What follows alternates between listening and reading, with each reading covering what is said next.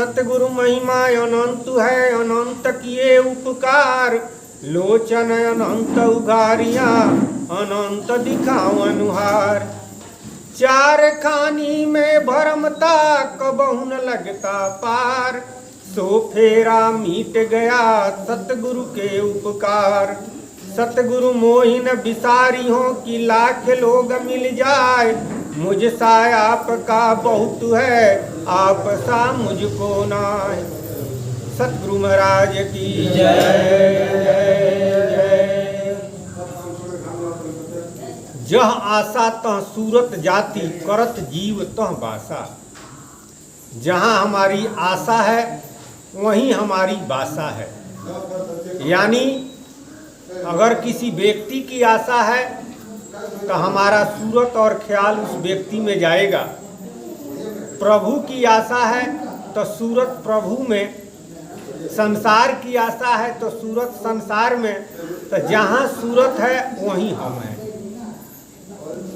सतराम बाबा कहते हैं कि इस संसार की आशा छोड़ करके प्रभु के नाम की आशा किया जाए। अगर प्रभु के नाम की आशा हम करते हैं तो प्रभु के नाम से सब कुछ संभव है। सारे दुखों की समाप्ति प्रभु के नाम से ही संभव है। लेकिन हम आशा संसार का किए हैं तो संसार में तो वही मिलेगा जो आपके प्रारब्ध में है। प्रारब्ध यानी भाग्य के अनुकूल दुख और सुख इस संसार में होता है। पूर्व जन्म में जैसा हमने किया है, आपने किया है, उसी के अनुसार भाग्य बना हुआ है। गोसाई जी लिखते हैं कि नीज कृत कर्म भोग फल ताता, आ को न है दुख सुख के दाता। अपने करनी का फल इस संसार में सब लोग दुख और सुख भोगते हैं। अब बहुत लोग कहेंगे कि हम तो बहुत अच्छा काम किए हैं और कर रहे हैं, लेकिन हमको भी दुख हो रहा है। तो इस समय आप अच्छा किए हैं और कर रहे हैं, लेकिन पूर्व में आप नहीं जानते हैं करोड़ों करोड़ों जन्म इस संसार में, अरे 84 लाख जोनियों में गए तो वो तो भोग जोनी है। लेकिन मनुष्य जोनी भी कई बार मिला होगा। तो उसमें आपने हमने सुकर्म और कुकर्म दोनों किया, दोनों होता ही है। तो कुकर्म का फल है दुख और सुकर्म का फल है सुख। इस संसार में दोनों मिलता है और मिल रहा है प्रारब्ध के अनुसार। प्रारब्ध के अनुसार कोई राजा है, प्रारब्ध के अनुसार कोई रंक है। अरे महाराज जी सतराम बाबा कहे कि माया के सुख मिलत भाग से, तन धन संपत्ति प्राणी। इस शरीर माया का धन है। धन संपत्ति, रुपया पैसा जमीन जो भी है वह अभी प्रारब्ध के अनुसार है, माया का सुख है। लड़का लड़की, स्त्री और स्त्री के लिए पति, यह सब प्रारब्ध के अनुसार ही मिलता है और मिला हुआ है। इसी में अगर हम संतोष रखते हैं तब तो अच्छा है। संतोष नहीं है तो भाग से अधिका दाम न मिलत, करतब करत हजार। भाग से अधिक तो मिलेगा नहीं, लेकिन बेईमानी करेंगे, चोरी करेंगे, प्रारब्ध में जितना है उतना ही रहेगा, उससे अधिक नहीं रहेगा। तो महाराज जी सतराम बाबा कहे कि इस संसार का सुख और दुख भाग के अनुसार मिलता है। आपको क्या करना है?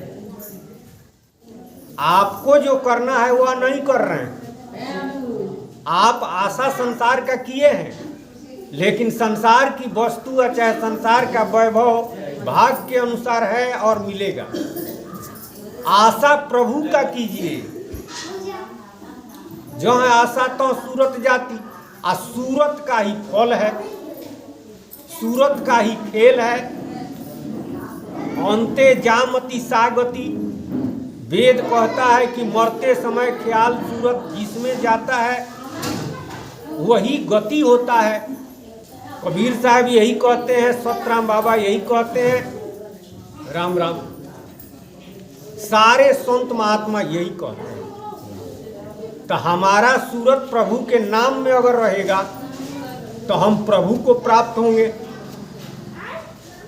जब भागवत में कथा आया है, अब भागवत की कथा लोग सुनाते हैं, लेकिन भागवत का सार क्या है? कथा में सत्संग है, लेकिन बहुत लोग कथा में ही रह जाते हैं। संत लोग उसमें से सत्संग निकाले हैं, कोई ज्ञान निकाला है, कोई विज्ञान निकाला है, कोई भक्ति निकाला है, कुछ लोग खाली कथे सुन करके गदगद रहते हैं। लेकिन कथा सुनने का उद्देश्य है कि उसमें जो सार है उसको ग्रहण किया जाए। पूरा रामचरितमानस पढ़ने का उद्देश्य क्या है? कि जीवन भर हम रामचरितमानस का पाठ करते रहें। रामचरितमानस का जीवन भर हम पाठ करें। रामचरितमानस का जो सार है, रामचरितमानस जिस उद्देश्य हेतु गोसाई जी ने बनाया, उस उद्देश्य की प्राप्ति हम न करें तो पढ़ने से क्या फायदा? कोई फायदा नहीं है।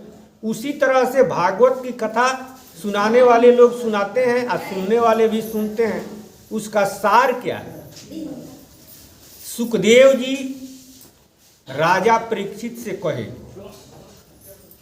राजा परीक्षित को जब श्राप मिल गया कि तुमको सर्प काटेगा तुम मरोगे, अरे सांप काटेगा तो मरबे करेगा। तब राजा परीक्षित परेशान हुए। सुखदेव जी आए तो सुखदेव जी कहे कि सांप तो कटबे करेगा, ऋषि जी का आशीर्वाद श्राप है, उसको कौन टाल सकता है। सांप जब काटेगा तो तुम सर्पे योनि में जाओगे, क्योंकि तुम्हारा ख्याल तो सर्प में लगा हुआ है अभी से। उस समय भी सांपे में ख्याल रहेगा मरते समय, तो इस सिद्धांत है कि मर करके तुम सर्प योनि में जाओगे। राजा परीक्षित कहे कि हम इतना पुण्य किए, कहीं पाप नहीं किए हैं, तो इसका फल सर्प योनि है। सुखदेव जी कहे कि जोनी पाप और पुण्य करने से नहीं मिलता है। जोनी मरते समय जिसका ख्याल जिसमें जाता है उसी जोनी को यह जीव प्राप्त होता है। पाप और पुण्य का फल है दुख और सुख। अगर पुण्य किया है, बहुत पुण्य किया है, सूरत के हिसाब से कुत्ता जोनी में चला गया तो उसी में सुख मिलेगा इसे। पुण्य करने से जोनी से छुटकारा नहीं हो जाएगा। पुण्य करने से आप मनुष्य जोनी में नहीं चले जाइएगा, सूरत के हिसाब से जोनी मिलता है। पुण्य किए हैं या कुत्ता जोनी में चले गए तो उसी में सुख मिलेगा। आज देखा जाए, अरे एक कुत्ता गाड़ी में घूमता है,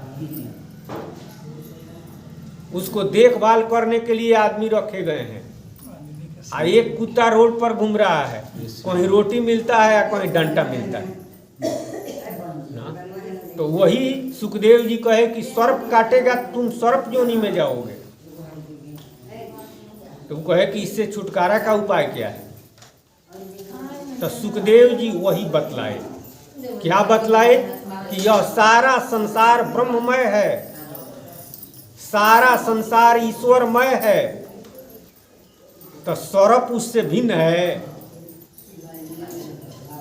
सर्प उससे भिन्न नहीं है, वह भी ब्रह्ममय है। उदाहरण के लिए पीपा जी सिंह को देखे हरि रूप चतुर्भुज लेखे। पीपा जी तो सिंह देखे, सामने सिंह खड़ा था, लेकिन वास्तव में उस सिंह नहीं देख करके क्या देखे? चतुर्भुजी नारायण जी के रूप को उसी में देखे। ये तो भगवाने हैं, सिंह का खोल पहने हुए। तो सिंह खाया, जबकि उसका स्वाभाविक गुण है, स्वाभाविक गुण है, वो किसी को देखेगा, मनुष्य को देख ले चाहे किसी जानवर को देख ले तो वो खाइए जाएगा, लेकिन वह खाया नहीं। पीपा जी जब नजदीक गए तो वो अपना सर नीचे कर दिया। दिशेर गले बीच माला कहे कृष्ण जपू नंद लाला, एगो माला पहना दिए, उसमें संस्कार आ गया। सी सुखी पति चबाता, वह मांस कभी नहीं खाता, मरकर भय भक्त सुजाने। तो कितना दिन तक जीवित रहेगा मांसाहारी? हरा पति भी नहीं खाता था, सूखा पति खाने लगा तो मर गया। जूनागढ़ जन्म बताया, नरसिंह मेहता नाम जनाया, है भक्त माल परमाने, अब संतन की बानी माने। भक्त माल में प्रमाण है, जूनागढ़ में जन्म हुआ, बहुत बड़े महात्मा हुए। तो कहने का मतलब वही सुखदेव जी कहे कि सौरभ में तुम भगवान को देखो, कृष्ण भगवान को उसी में देखो, यही सुखदेव जी कहे। कृष्ण भगवान उसमें दिखाई देंगे तुमको, मरते समय तो तुम कृष्ण भगवान के लोक में जाओगे, सौरभ में नहीं जाओगे। और वास्तव में निराकार ईश्वर सब में है। अरे महाराज जी सतराम बाबा क्या कहे, सांप बिचू चोर साधु मरद जनानवा, आ सब में समाइल बड़े निर्गुण भगवानवा। सब में है, ज्योति रूप से तो ईश्वर है, आ ज्योतिये का रूपांतर यह शरीर है। सांप का, सर्प का शरीर हो, चाहे बिच्छी का शरीर हो, चाहे सिंह का शरीर हो, चाहे गाय का, चाहे भैंस का, चाहे सुअर का, चाहे मनुष्य का, चाहे देवी देवता, जितना शरीर दिखाई देता है, कहते हैं, सुनते हैं, जितने जोनी का नाम लेते हैं, चाहे वो देव जोनी हो, 84 लाख जोनी हो, मनुष्य जोनी हो, सब एक ज्योति से ही बना हुआ है, प्रकाश से बना हुआ है। तो सब ब्रह्ममय है। तो सब में ब्रह्म को देखना, सब में ईश्वर को देखना। तो सब में जब ईश्वर को हम देखेंगे, प्राण अगर हमारा निकलता है तो हम ईश्वर के पास जाएंगे। सर्प अगर देख रहे हैं, प्राण निकलता है तो सर्प जोनी में जाएंगे। मरते समय ख्याल भैंस जोनी में चला गया तो मर करके भैंस जोनी में चले जाएंगे। महाराज जी गाया करते थे, सब लोग गाते हैं, जानते हैं।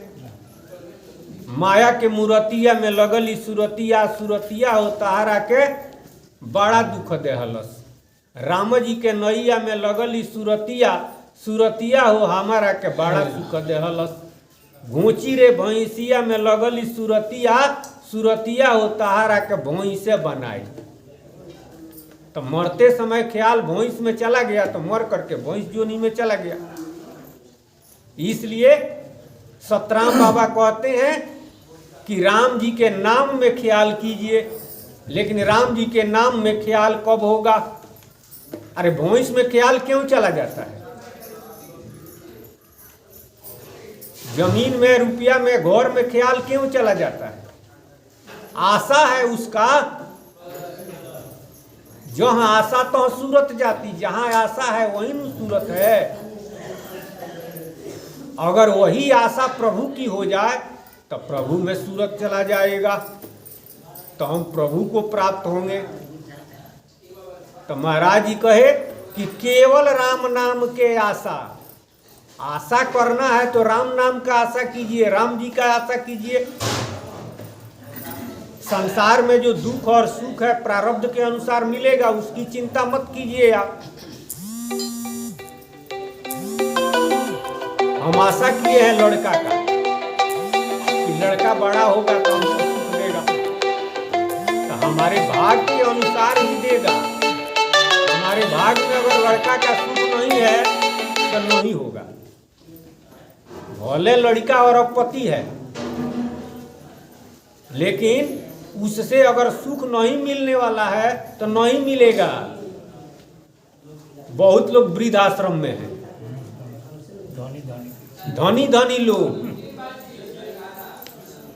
तो लड़का का सुख नहीं लिखा हुआ है, तो आशा काहे किए? आशा ही दुख का कारण है, आशा ही सुख का कारण है। आशा करना ही है तो प्रभु के नाम का आशा कीजिए। महाराज जी सत्रह कबीर साहब कहे कि दुख में सुमिरन सब करे,